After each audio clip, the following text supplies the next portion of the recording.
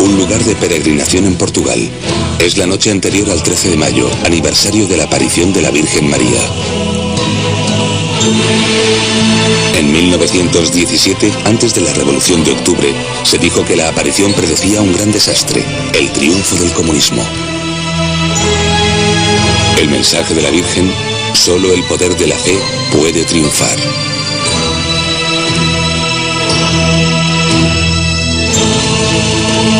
El 13 de mayo de 1981, el Papa Juan Pablo II cree en el mensaje de Fátima. En Roma, el día del aniversario, reza a la Virgen María. Entonces suenan unos disparos en la plaza de San Pedro.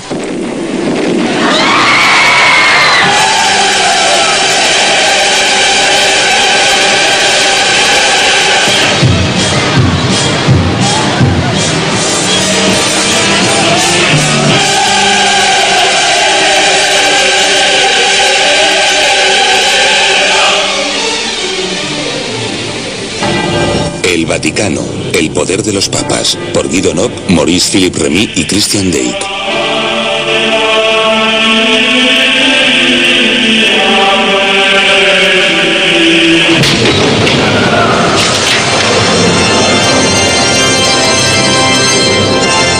Juan Pablo II y la libertad.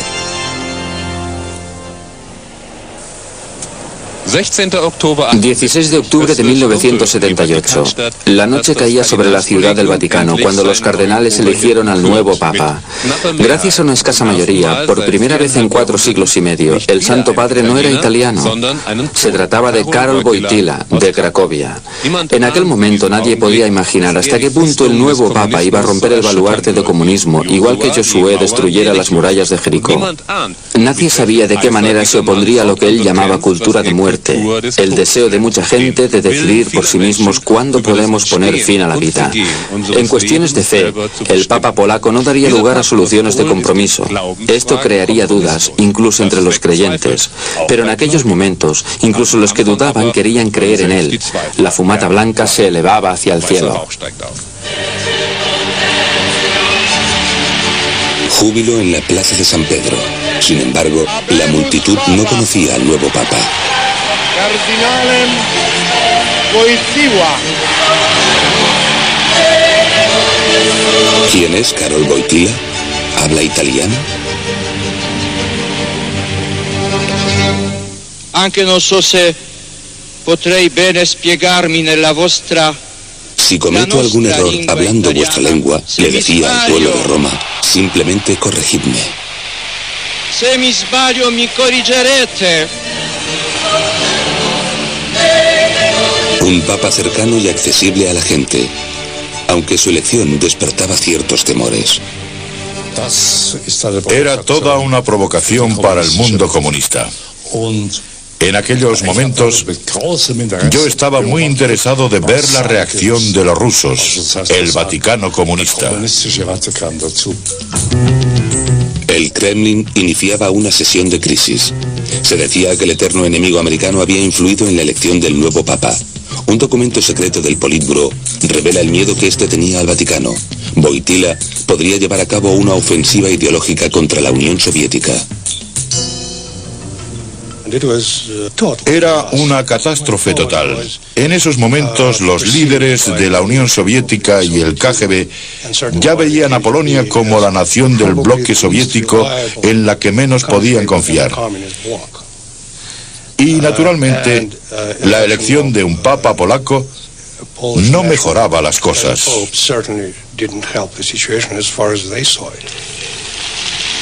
Karol Wojtyła era muy joven para ser papa.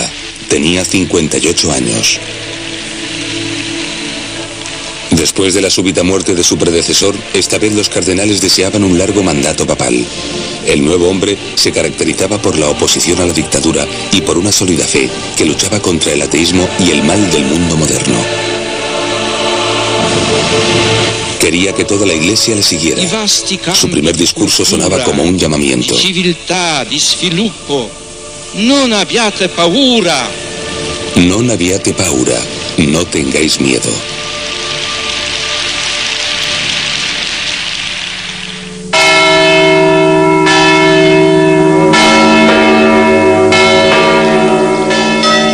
7 meses después de su elección, el nuevo papa hace una visita a su país. Moscú intenta evitarlo, pero para los comunistas polacos, el orgullo nacional es más fuerte que las líneas del partido. El primer sucesor de San Pedro cruzaba el telón de acero. Un hombre consciente de su poder de convocatoria. El poder político también es poder, pero no es el único poder posible. Existe otro poder que se puede describir como el poder del pueblo, que sale del propio pueblo. Un poder que sacude Polonia entera. Millones de personas anhelaban ver a su compatriota para encontrar una nueva esperanza. El Papa no les defraudó. A pesar de su nombramiento en Roma, él aún era polaco. Incluso hoy consta aún en el censo electoral de Cracovia. En Czestochowa, en el corazón de la Polonia católica, la visita llega a su punto álgido, momento en el que el Papa se desvía del texto que llevaba preparado. En mi propio país también debe reinar la paz y el respeto a los derechos humanos, que es la vocación de todas y cada una de las naciones europeas. Una declaración de guerra al comunismo. Con estas breves palabras, el nuevo Papa iniciaba un decidido distanciamiento de la política defensiva de su predecesor frente al bloque del Este. Los sermones del Papa, al menos algunos fragmentos de ellos, eran una gran provocación para nosotros. Desde nuestro punto de vista, todo aquello iba en la dirección equivocada. Los comunistas respondieron con la censura. La ascendencia del Papa polaco sobre su propio pueblo era reconocida en todo el mundo.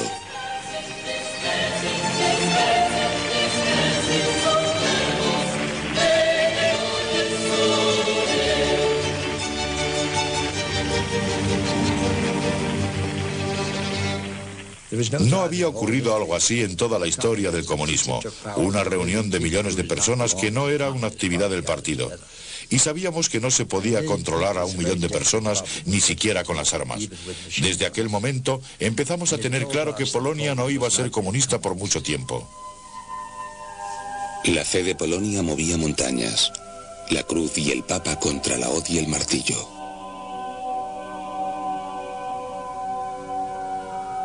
La visita del Papa se produjo en un momento en el que una nación que había vivido bajo la opresión comunista durante décadas volvía a encontrar su dignidad. Desde ese momento los polacos volvían a sentirse en casa. Wadowice, la ciudad natal del Papa. El viaje toma un cariz privado. El Papa había nacido allí, donde solía ayudar en la misa, tal como recordaban sus amigos.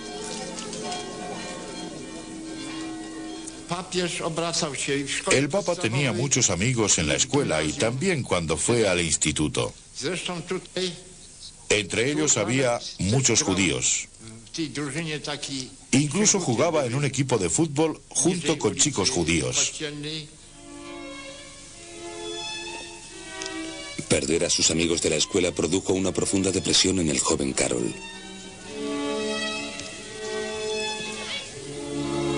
Después de que los alemanes invadieran la ciudad, muchos de sus amigos fueron deportados.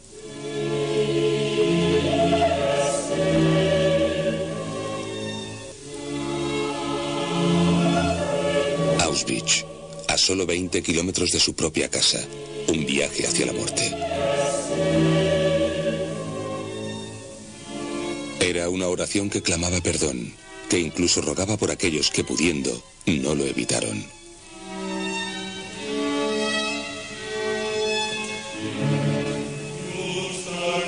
En el Vaticano empieza la era Wojtyła.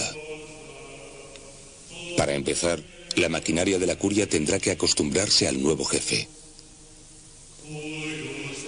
Desde entonces, el polaco es la lengua habitual entre sus consejeros más allegados.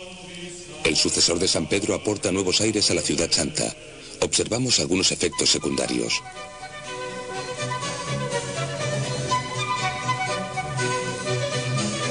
Los vendedores de recuerdos notan un incremento en sus ventas, cosa que significa beneficios para el Vaticano.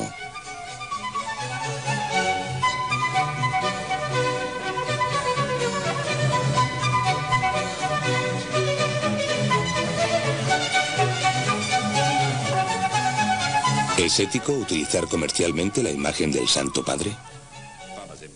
Hoy el Papa es un producto que se vende como la Coca-Cola.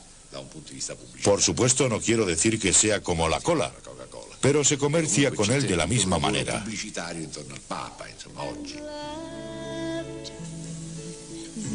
Un vídeo oficial de la televisión vaticana. Así es como la Santa Sede hace promoción de la más alta institución de la Iglesia. Un Papa que se puede tocar. Wojtyła Superstar. Entonces la atención iba sobre todo a la persona. Con el tiempo ha ocurrido que la prensa se ha focalizado en el mensaje, en la importancia del mensaje, con la característica de que este mensaje ha llegado a la gente. Esto ha provocado que en ocasiones el mensaje no gusta. El Papa viaja hasta los confines del mundo para llevar su mensaje. Es el San Pablo moderno y algunos le llaman el Papa viajero.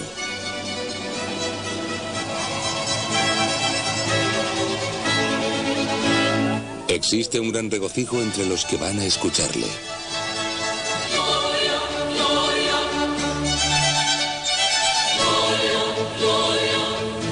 Su mensaje era aparentemente moderno, pero sus palabras respetaban la tradición, cosa que causó algunos disentimientos. El Papa provenía de un país totalitario y jamás había vivido ninguna experiencia democrática. Primero bajo los nazis y después bajo los comunistas. Incluso hoy, este Papa no comprende la democracia. Siempre usa esta palabra con muchos matices. Ve la democracia como una falsa libertad y solo permite que estén a su lado los que están de acuerdo con él. Para el Papa, libertad no es lo mismo que democracia. Él cree que una libertad sin valores, sin Dios, es anarquía. Juan Pablo II busca el diálogo con todo el mundo. En su primer año como Papa, fue a visitar al patriarca de Constantinopla, cabeza visible de la Iglesia Ortodoxa. Un beso fraternal después de 1000 años de división. Alta seguridad durante su visita. La vida del Papa está en peligro. 2 días antes se recibe el aviso de un terrorista sobre una acción de boicot. El autor de la carta anuncia que pretende matar al líder de los cruzados. La carta está firmada por Ali Akka, un asesino convicto que afirma no pertenecer a este mundo. Llegué a entender mucho más tarde que en aquellos momentos me estaba controlando un poder más alto. Por supuesto, yo soy amigo de los cristianos. Yo soy Jesucristo. Y el Vaticano tiene miedo de la verdad. Agosto de 1980. Huelgas y barricadas en Polonia. El obispo de Stettin escribe al Vaticano. La semilla plantada por el Papa empezaba a dar fruto. El centro de la revuelta contra el comunismo está en Danzig, en los astilleros Lenin, en todas partes. Los trabajadores piden sindicatos libres. Están liderados por un electricista, Lech Walesa. En Roma, el Papa declara su apoyo a los trabajadores polacos.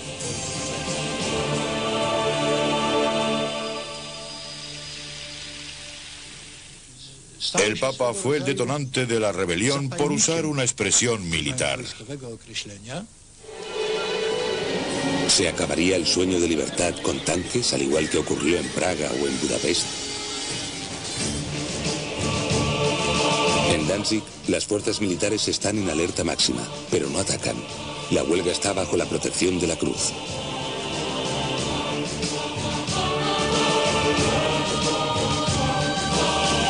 No se llega a dar al ejército la orden de ataque.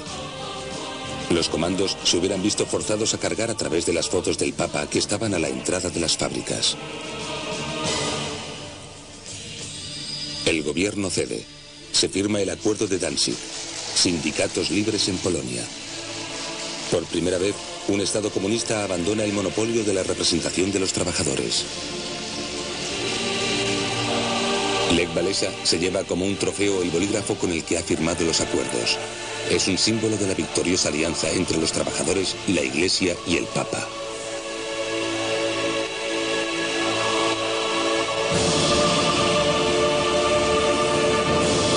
Pablo II también firma. La mano de Dios siempre ha protegido nuestro movimiento. Estoy convencido de ello, y por ello queríamos conservar nuestros símbolos religiosos. Walesa visita al Papa. El hijo visita al padre, dice el líder sindical. Pero los dos saben que se ha ganado una sola batalla. La guerra continúa.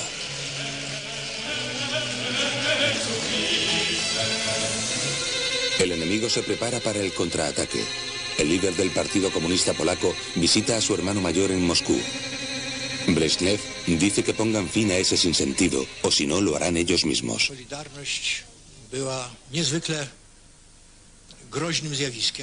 Consideraban que el nuevo sindicato era una amenaza que iba más allá del contexto local de Polonia, que es de donde había surgido y a donde pertenecía. Roma, 13 de mayo de 1981. Esa mañana, un hombre salía del Hotel Isa, situado en una calle secundaria. Se registró con un nombre falso. Su nombre real, Ali Akka.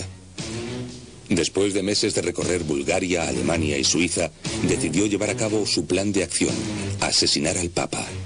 El asesino estaba absolutamente convencido de ello. Solo pensaba en la muerte.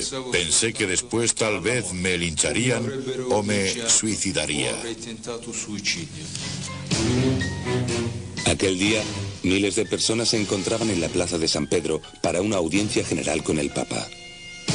Apenas hay fuerzas de seguridad. Era casi imposible proteger al Papa, que paseaba entre la multitud. El servicio secreto había recibido una llamada de amenaza, pero esta era muy vaga. De hecho, hubo diversas amenazas, pero por desgracia, no fueron tomadas en serio. Moviéndose entre la multitud, Akka no puede acceder a la primera línea. Son las 17 horas 17 minutos cuando dispara desde una distancia de 7 metros. 2 balas alcanzan al Papa.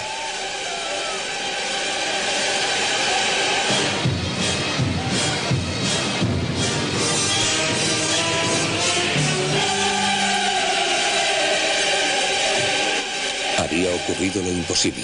El jefe de la iglesia cristiana había sido atacado.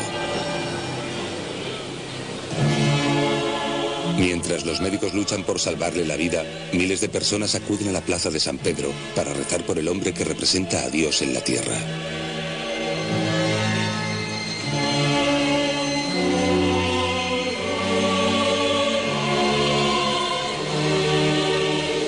Dos mujeres también habían resultado heridas. Ambas sobrevivieron. La policía inicia una investigación. Ali Akka, el atacante, es detenido inmediatamente. Después de un juicio rápido, es sentenciado a cadena perpetua. No obstante, empieza a crecer la sospecha de que Akka no actúa solo. Había muchos indicios de que tenía cómplices que le ayudaron durante sus preparativos en Roma, e incluso en el propio atentado de la plaza de San Pedro. ¿Un cómplice en libertad? La identidad del hombre aún no está clara. Akka se contradecía constantemente en sus declaraciones. Decía que había sido entrenado por un agente búlgaro del KGB. Posteriormente reconoció que el grupo extremista Lobos Grises estaba detrás. En el juzgado, juró que lo había hecho solo.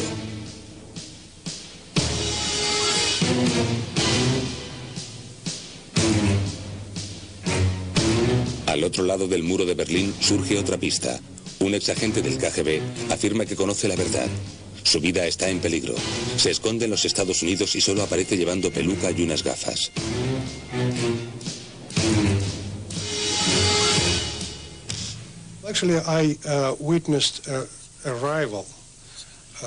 Puedo probar que existía una orden de Moscú firmada por Andropov que decía que Hashka debía aproximarse al Papa físicamente.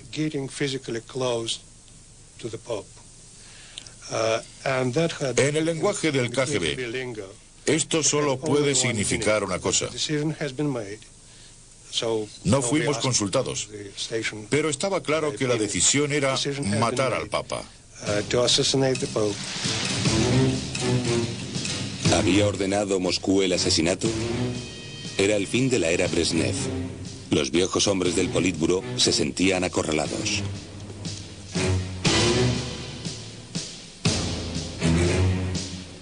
En Afganistán, las tropas soviéticas luchaban contra los guerreros islámicos. En Occidente, el nuevo enemigo es el Santo Padre. Según ellos, había transformado Polonia en un polvorín. Existe un documento secreto en los archivos del Kremlin. Revela que el Politburó decidió emprender acciones contra el Papa.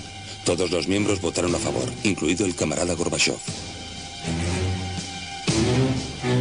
¿Había ordenado a Andropov, jefe del KGB, que sus hombres en Bulgaria mataran al Papa?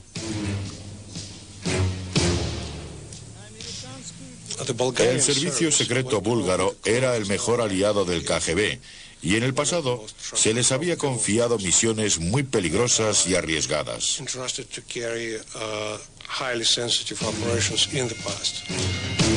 El sistema de justicia italiano tiene indicios de la implicación de Bulgaria, aunque al final estos son desestimados por falta de pruebas. Pero la sospecha permanece. ¿Es Akka una herramienta del KGB? ¿Conoce él toda la verdad? Creo que los asaltantes, el equipo de la plaza de San Pedro, no sabían quién estaba detrás exactamente. Sería bastante normal que la persona que ha planeado y ordenado el atentado se mantenga en la sombra. El Papa perdona al hombre que había intentado asesinarle. Su visita a Akka en la prisión fue el epítome de su perdón.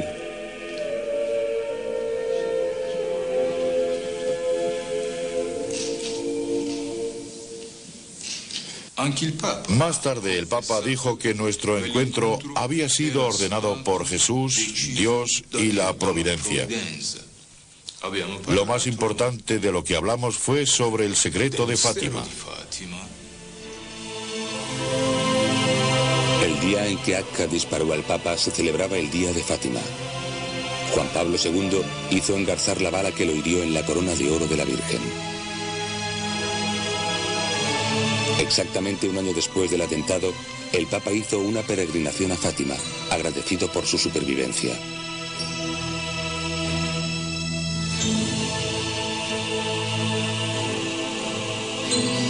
El secreto de Fátima. Se cuenta que la Virgen se apareció a los niños del pueblo en 1917 e hizo 3 profecías.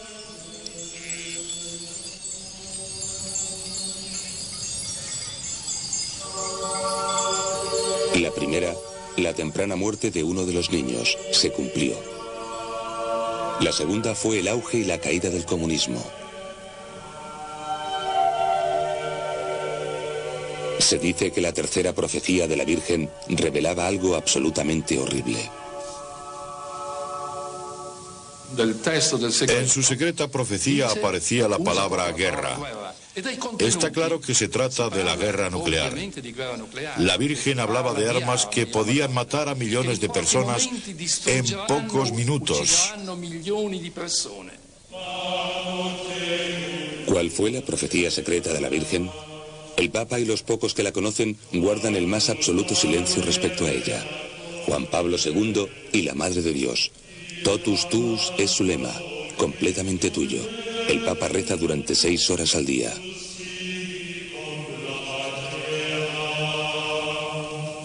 Su espiritualidad siempre fue evidente. Cuando rezaba, era particularmente ferviente y devoto. A menudo se le veía mirando al altar como si estuviera hipnotizado. La imagen que el Papa daba al mundo se definía por su espiritualidad, por la eterna batalla entre Dios y el diablo, el bien y el mal.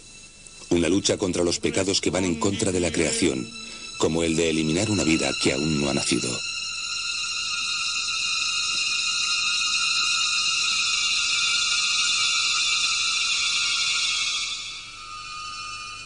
El Papa llama al aborto la cultura de la muerte. Su mensaje es claro: solo la vuelta a la fe puede parar el poder del mal en el mundo.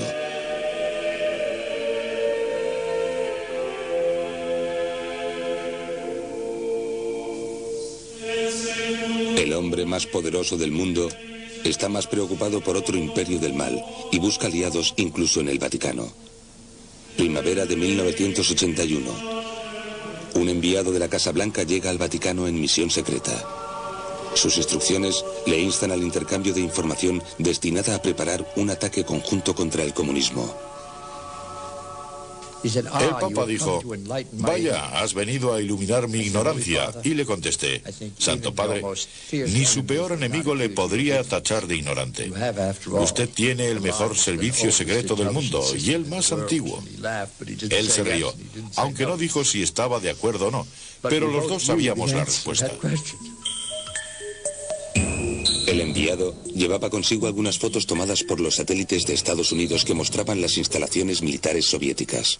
Por supuesto, yo estaba muy nervioso porque nosotros no teníamos un gran servicio secreto y evidentemente tampoco teníamos cámaras en el cielo. Encontré las fotos muy interesantes, pero solo se trataba de un servicio, una ayuda para nosotros. Yo no usaría la palabra pacto.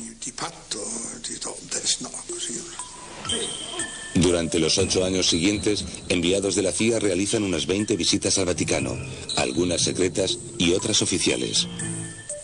Es una cooperación entre el poder espiritual y el superpoder material, con un objetivo común: el fin del comunismo. Un objetivo en el que los americanos habían invertido muchos recursos. En 8 años, los Estados Unidos habían invertido unos 350 billones de dólares en armamento, cantidad equivalente a todo el presupuesto anual. Reagan quería asegurarse de que el Papa no criticaría este gasto. Por eso dejó claro que la amenaza estaba cerca. La amenaza en cuestión era la maquinaria militar soviética, superior en términos de tanques y misiles. América moderniza sus fuerzas armadas, misiles de crucero, superbombarderos, cohetes, lo último en la carrera por la destrucción masiva. En América y en Europa occidental, cientos de miles de personas toman las calles. Los sacerdotes y obispos también piden una paz sin armas. ¿Y el Papa?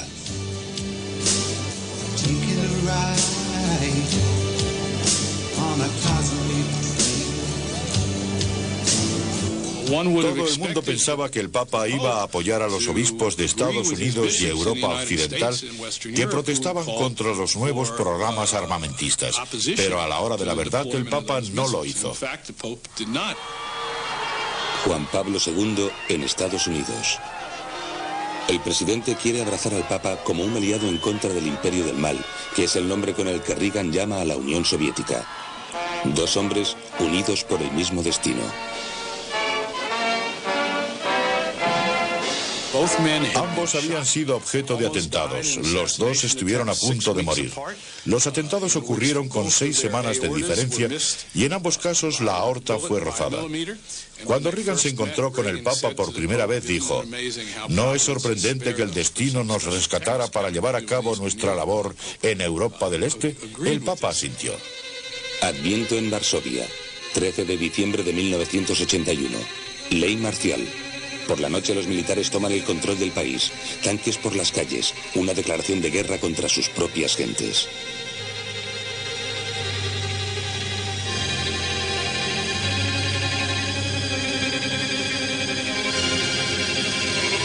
El general Jaruzelski anuncia por televisión que se ha visto forzado a intervenir para salvar el país. Violencia y muerte en las calles.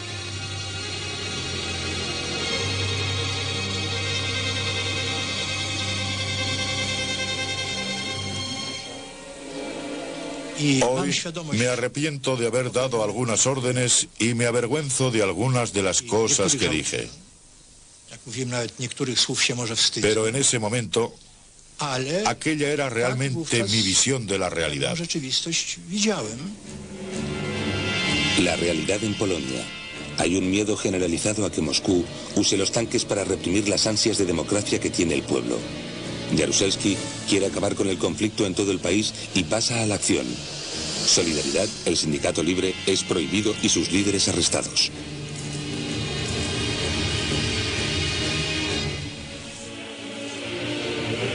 En Roma, el Papa pide a las Fuerzas Armadas polacas que respeten los derechos humanos. Sabía por sus contactos en la CIA que los soviéticos amenazaban con invadir, y también sabía que Jaruzelski estaba implicado, pero nadie había advertido a Solidaridad.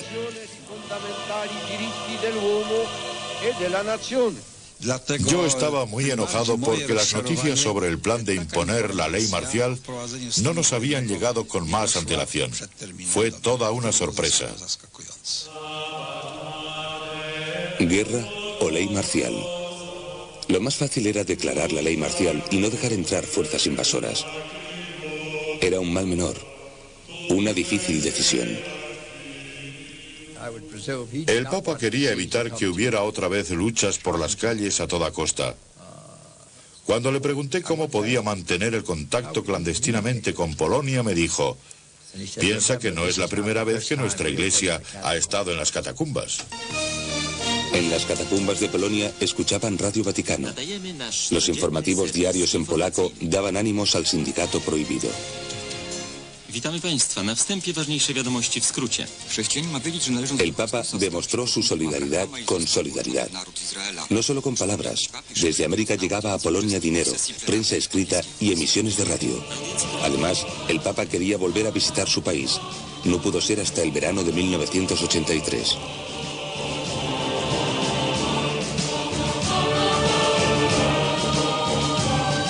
Seguía en marcha la ley marcial. Otra vez millones de personas acudían a verlo, muchos de ellos a pie. El régimen no había dispuesto autobuses ni trenes. El hambre de libertad movía a la gente. Esperan que el Papa satisfaga sus anhelos una vez más. Pero este no les pide que se subleven.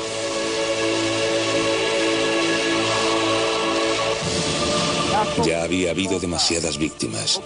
El Papa aconsejaba moderación y diálogo.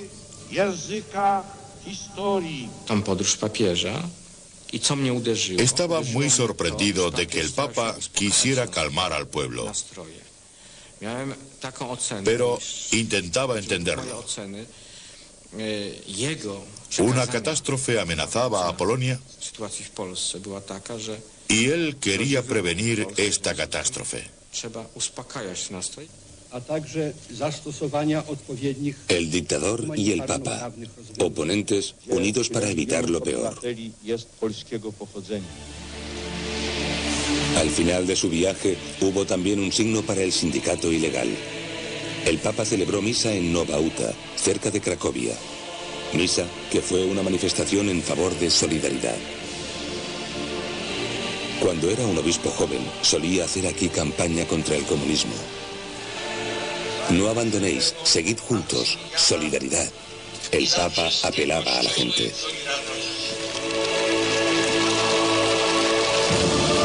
Lech Walesa no estaba presente en esta declaración de empatía. Estaba bajo arresto domiciliario. El líder de los trabajadores solo pudo verlo por televisión. El Papa no dejó de estar con él. Cuando un artículo del Observatore Romano, el periódico del Vaticano, dijo que el papel de Walesa había terminado, el Papa despidió a su autor. Era un claro signo político.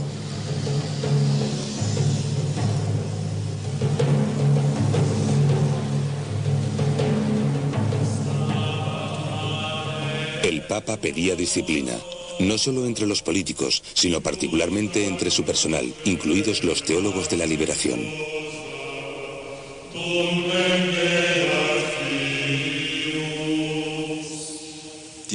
La curia romana aún es el órgano de una monarquía absoluta. Si la miramos en términos constitucionales, el Papa es casi tan poderoso como Luis XIV, y si quiere puede obtener cualquier cosa prescindiendo de la curia. Tú eres Pedro, y sobre esta piedra construiré mi iglesia. La afirmación original de la autoridad del Papa. Esta frase no permite ninguna desobediencia. Si queremos tener fe, tenemos que ser capaces de obedecer. Me doy cuenta de que es muy duro hablar de obediencia en la iglesia de hoy. Pero quisiera destacar que pertenecemos a una iglesia en la que la obediencia es la base de la fe. Pero hay disidencia entre la Iglesia y sus miembros. La ordenación de nuevos obispos por parte del Papa topa con el rechazo y la resistencia de los fieles. En Viena, las fuerzas del Estado tienen que abrir paso para que el nuevo obispo elegido, un conservador, pueda llegar a la Iglesia.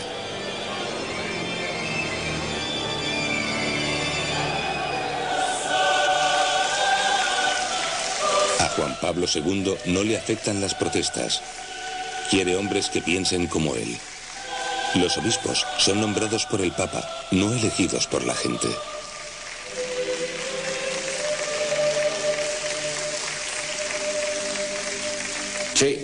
Él es un monarca absoluto al fin y al cabo. Él es como el Sol, con los otros planetas a su alrededor. No ha cambiado, simplemente no puede cambiar.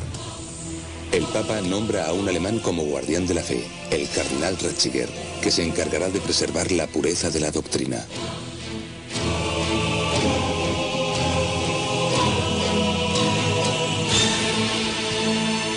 Su organización era conocida con el nombre de Inquisición General. Sus viejos archivos se encuentran en los sótanos del Vaticano. Incluso hoy, su objetivo es eliminar toda herejía. Diría que nadie debe ser intimidado innecesariamente, pero tampoco hay que tomar un sendero que esté fuera de la ley. La preservación de la verdadera identidad es muy importante. Todos deben saber qué es ser católico y qué no lo es. Debe ser un proceso interno, sin fanatismo, pero como he dicho, tiene que haber una ley.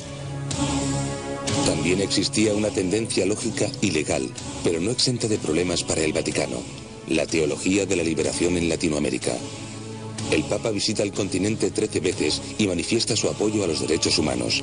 Sin embargo, acusa a los teólogos de la liberación de ir por el camino equivocado. El Papa es muy estricto a la hora de llamar a sus líderes al orden.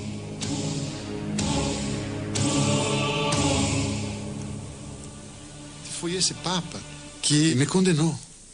El Papa me sentenció al silencio. Me prohibió enseñar teología, viajar, tomar parte activa en la Iglesia. Y la justificación para todo esto fue que la teología de la liberación estaba poniendo en peligro la esencia del Evangelio. Coloca en riesgo los contenidos del Evangelio. Latinoamérica, un continente que ofrece un gran contraste entre ricos y pobres. ¿Qué respuesta tiene el Evangelio para esto? ¿Se les permite a los cristianos usar la violencia para evitar la injusticia? Algunos sacerdotes y teólogos afirman que sí, pero Juan Pablo II recuerda el ejemplo de Cristo. Usad las palabras y no la violencia. En Perú, el Papa dice amargamente: el crimen nunca puede ser un camino para la libertad.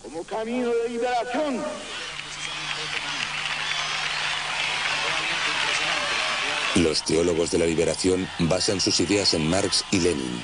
Esta es la causa de los problemas. Yo creo que mucho de eso se debe naturalmente a la experiencia personal de Juan Pablo II, ¿no? Es alguien que viene de un país de régimen comunista, que pudo ver de cerca entonces opresiones, injusticias, maltratos, faltas de libertad que se daban en su país, y entonces viene mucho de esa experiencia directa. El Papa polaco conoce el comunismo y su método de funcionamiento.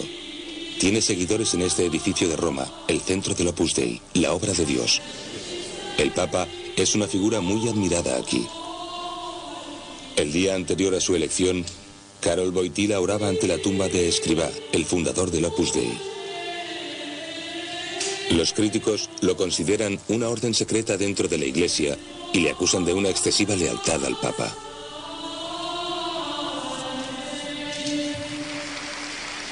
Juan Pablo II ha aumentado el poder del Opus Dei. Beatificó a su fundador en un proceso rápido, y cuando hay algún sillón de obispo por ocupar, los candidatos del Opus Dei tienen cierta ventaja. El Opus Dei ha llegado a ser muy poderoso en Latinoamérica, especialmente en Perú y México. Para, de una forma sistemática, Esta gente también suele criticar la teología de la liberación. Karol Wojtyła pretende aplicar la experiencia de sus primeros tiempos en Polonia a toda la Iglesia.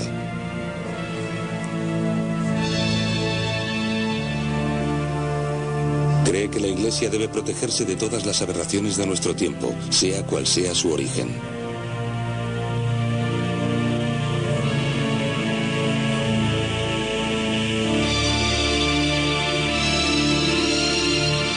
En el este soplan aires de cambio.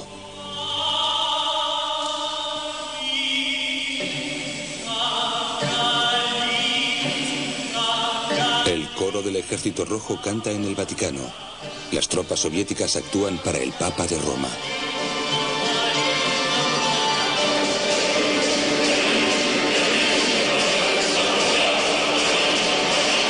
El nuevo hombre del Kremlin envía a su embajador. Pronto vendrá él mismo en persona. Mikhail Gorbachev visita al Papa. Le trae un regalo. Promesas de libertad para los católicos soviéticos. Más tarde, afirma que los cambios en el este de Europa hubieran sido inconcebibles sin este Papa. Pero Gorbachev planea reformas graduales, no una revolución, y busca el apoyo del Santo Padre. Al final su oferta es rechazada. Otra vez un polaco está en primera línea. El momento de Lech Walesa y solidaridad ha llegado. La primera mesa redonda en Europa del Este tiene lugar en Varsovia e incluye a representantes de la Iglesia, representantes del Papa. Sin este Papa, todos los cambios que se sucedieron en 1989 hubieran sido imposibles. No solo lo que pasó en Polonia. Me refiero a todo lo que ha pasado en Europa del Este. Incluso la caída del muro de Berlín. ¿La caída del muro de Berlín fue causada por el Papa? Es difícil imaginar que mucha de esta gente, celebrando la noche del 9 de noviembre, estuviera pensando en el Papa.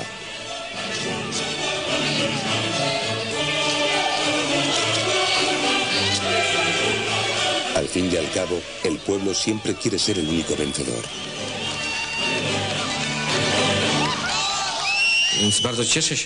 Sí, por supuesto, estoy feliz que este hombre sea Papa y que dé su apoyo a la libertad. Pero debo decir que hubo millones de personas que también tuvieron un papel importante en ello. 8 años después, el Papa visita Berlín. Pasa por la puerta de Brandenburgo, un gesto simbólico del triunfo de un hombre que veía la división de Europa como una injusticia histórica.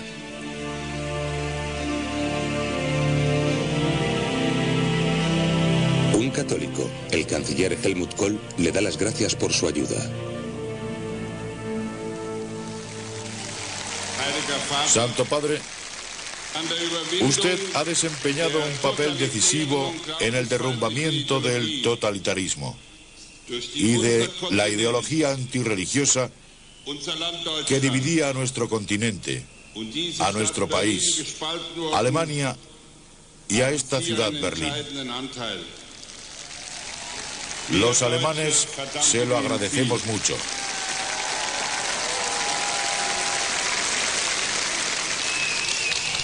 Pero mientras circula por las calles de Berlín, el Papa también atrae las críticas, silbidos de protesta contra el pontífice. Berlín levanta su voz de nuevo contra el hombre que oró por la liberación de la ciudad. Esta gente quiere una libertad sin límites. Son las protestas de una minoría, de un mundo que quiere decidir por sí mismo lo que es bueno y lo que es malo, y que no respeta a los altos mandos.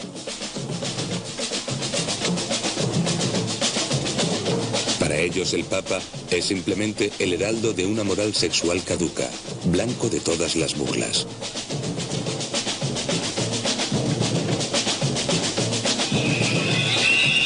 Karol Wojtyła ve esto como un síntoma de un mundo enfermo camino de su autodestrucción.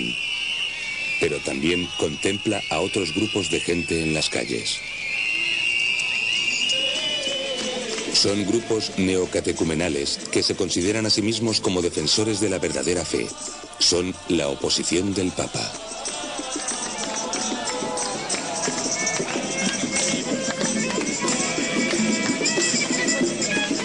Estas manifestaciones son vistas con comprensión por parte de la Iglesia. En todo el mundo nuevos movimientos se acercan a la Iglesia.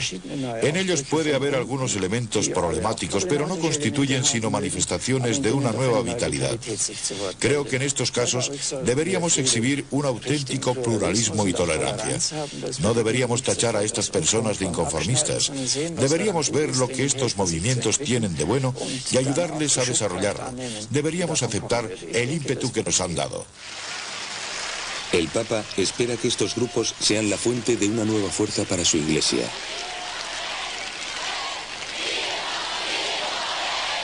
Se siente como en casa con ellos. Prefiere oír el regocijo de estos parroquianos que los murmullos de otros.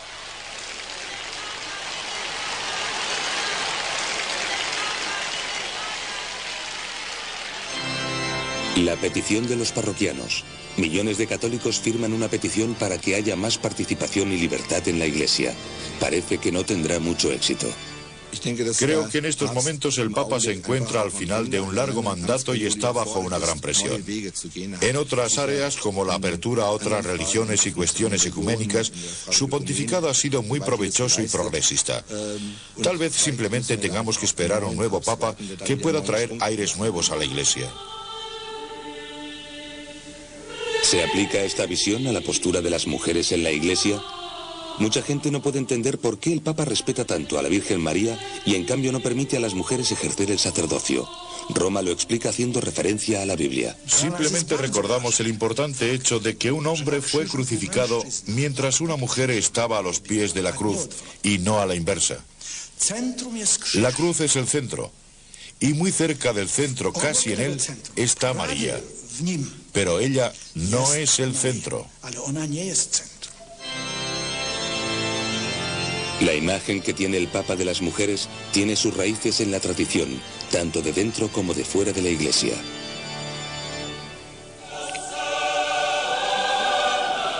De acuerdo a los críticos, hay muchos otros intereses en juego. Básicamente es una cuestión de poder. No quieren dar el poder a las mujeres, la influencia que les corresponde.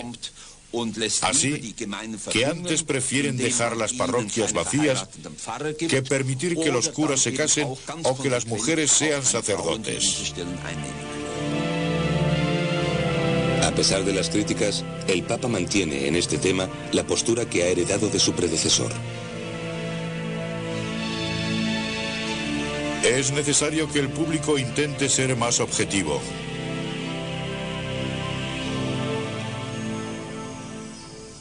Que intente entender la posición del Papa. Él es sincero, quiere ser fiel a sus creencias. No es que quiera reafirmar su autoridad a cualquier precio, sino que quiere presentar su posición con total sinceridad. Este hecho fascina a grandes figuras de todo el mundo que quieren conocerle, tanto si están de acuerdo con sus ideas como si no, creyentes o incrédulos, célibes o casados, devotos y no devotos. Visitar al Papa siempre produce una impresión inolvidable. Jamás he conocido a nadie como el Papa Juan Pablo II. Y como católico doy gracias a Dios que él sea el Papa en este momento crítico de la historia mundial. 18 años en el gobierno de la cristiandad le han pasado factura.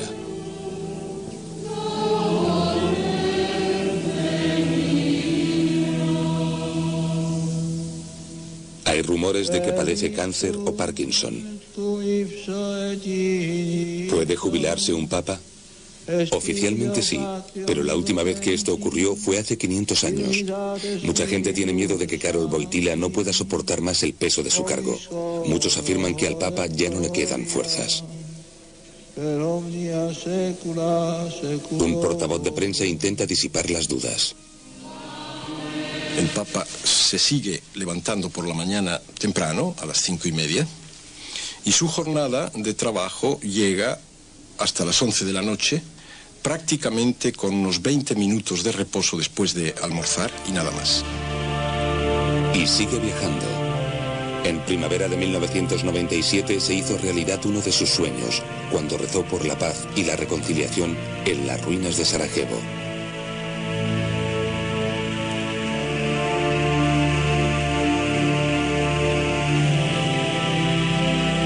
También ha hecho otro viaje a su país.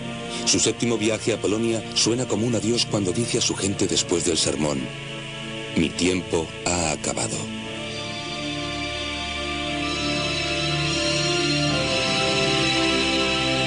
Juan Pablo II, un papa que sabe más sobre la libertad que mucha gente de su tiempo.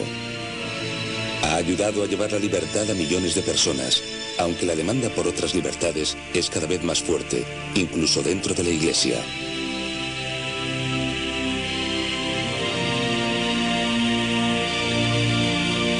El papa polaco se siente solo.